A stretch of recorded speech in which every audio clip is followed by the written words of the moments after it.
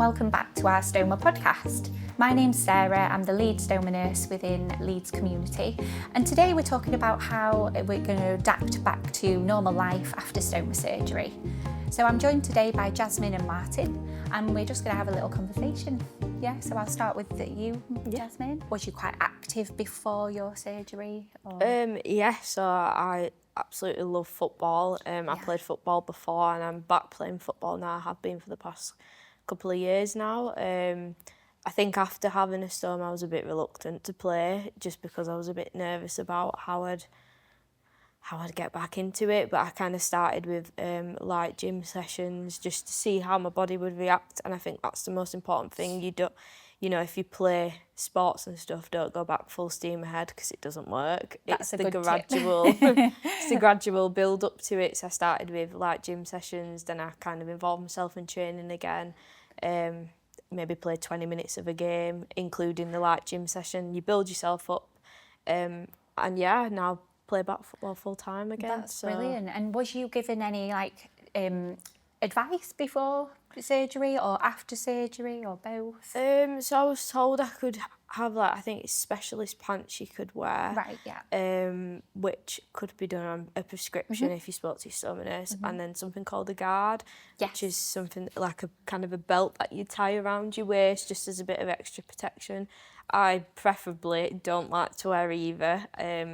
But I always kind of make sure that my shorts are secure and stuff like that. I empty my bag before I start playing a game. I think one important thing to mention is hydration. Definitely with an ileostomy, but I'm not sure what it's like with a colostomy. It's a little bit different, But definitely a lot of Lucozade, a lot of isotonic drinks throughout the game, and sometimes I find just the odd blood sugar tablet maybe at half time. That's really interesting, Just to keep my sugars going, because I think if you're having high output, your levels kind of drop, or that's what I found for myself. My sugars would go a bit low, or I feel a bit funny. And just introducing that into playing sports and stuff has really helped. Or as the alternative, I'll drop a couple of electrolyte tablets into a big 2-litre bottle of water and carry on. Perfect. Because with an ileostomy you just have to be careful, don't you? Because it's kind of running your 100%. output, you're kind of losing your goodness, so to speak, from your poo. So you've got to replace that, otherwise you'll become dehydrated and quite poorly. 100%. And what about in terms of going back to exercise? Did you have any leakages, or was you worried, and how did you kind of combat that? Yeah, so I still do sometimes leak, and I find it's when I'm hot and sweaty. The bag kind of peels around it. So what I tend to do now is I'll change it just before the game starts, so after the warm-up. And then I'll kind of feel at half-time if I think, okay, do I think it can last another 45 minutes? Sometimes I feel it can, but just to be on the safe side, I'll kind of get a dry wipe, just wipe around the site to take any kind of sweat and moisture off, and stick another one back on and carrying on playing. Yeah, that's good. Yeah, perfect. And if we go to you, Martin, then, so I know you're quite an active gentleman. A gentleman, yeah.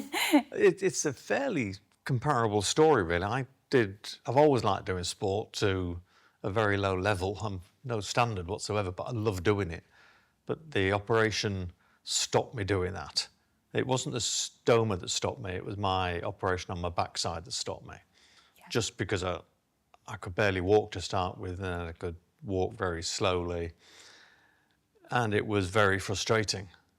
And I was also I was quite embarrassed having the bag on, and I didn't want to show people, so I didn't want to get changed in public. But bit by bit, it got better. I started going for very light jogs. I then started playing a bit of racquetball again, a bit of golf. And it turned out all right in the end. It was frustrating while I couldn't do it. I bet you were the same. Definitely. You sat there thinking, oh, God, what can I do? I know. And I found also, with not doing anything, you become lethargic. And definitely. your mindset's a bit, you just get dull and fed up with things. Definitely. Well, I did. So it's really quite a nice boost when you can start playing sport again. You get back into it. And we were saying earlier, we both kind of feel we're pretty damn good now. So it's a nice feeling. No, that's honestly, it's so nice to hear, because we obviously get a lot of patients who are really worried, like yourselves, But some people might see something online where they shouldn't or should, or you know, it can be quite confusing. I bet.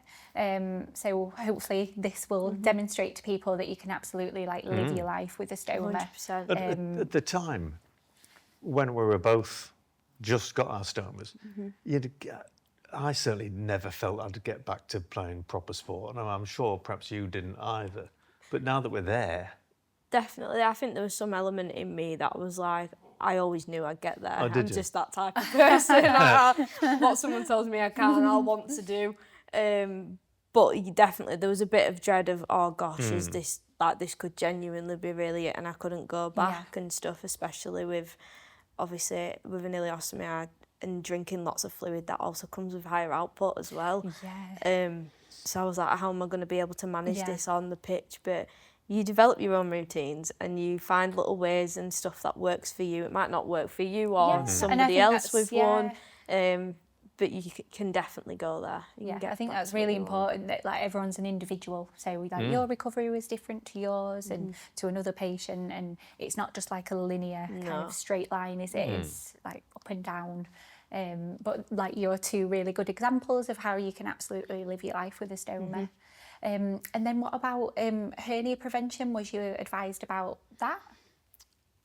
I was, because I think I was told whenever I play sport, I have to wear this elasticated band. Okay, yes. Which is great. I just do that. I'm not sure I need it now, but I always put it on. I wasn't given any support. I actually do have a little hernia. It doesn't really aggravate me when I play sports. It's more with certain foods like quite potatoes, if they've got skin on, white bread, it kind of irritates it. So you have to be a bit careful. Yeah. And just very briefly, so just for the viewers, so a hernia is, so basically the surgery, they create obviously an opening, they weaken the muscle of the abdominal wall, and as a result of that, things can protrude out. They're not kind of supported as much, and that's essentially what a hernia is. It's a weakness in the muscle wall, and it can kind of present as a bit of a swelling or like a little little golf ball or used. So you know, it's just something to consider. What about when you go away, like travelling, you know, because it's all about kind of getting back to kind of normal, I suppose. What about travelling? Like the first time, was it a bit scary? Definitely, yeah. I went abroad probably 3 years ago now, and that's the first time I've flown with an ileostomy bag, and I didn't know what to expect. I thought, with the air pressure, is my bag going to burst everywhere? Like all these little things. But it didn't. I think as long as you've got a few supplies with you on the plane and stuff, you're fine. Again, I'd just make sure you had like isotonic drinks you can buy out there, electrolyte tablets that you can take over from here yourself, and plenty of spray, just because I find the air pressure takes it out. So that's good. Good. As long as you're good with supplies, you're like okay. Just being prepared, I suppose. Yeah, definitely. I think I was the same. My issue was, have I got enough bags with me to last me this week or 2 weeks? Because if I'm used 2 or 3 a day, I think, well, I better take 5. Oh no, I better add another couple in. And if you're not careful, you finish up with a suitcase just full of the damn things. But on a serious note, I made sure I definitely had enough bags, enough sprays, everything. So in summary then, so obviously your examples that you can live your life with a stoma, and I suppose it's just demonstrating that to people that, you know, you definitely can. So thank you for sharing. Pleasure. Yeah. So that brings this episode to a close. Please join us on the next one. If you have any questions or concerns and would like to speak to a stoma nurse, then please do contact our service on 0113 843 3715, or alternatively email lcht.stomaserviceleads@nhs.net.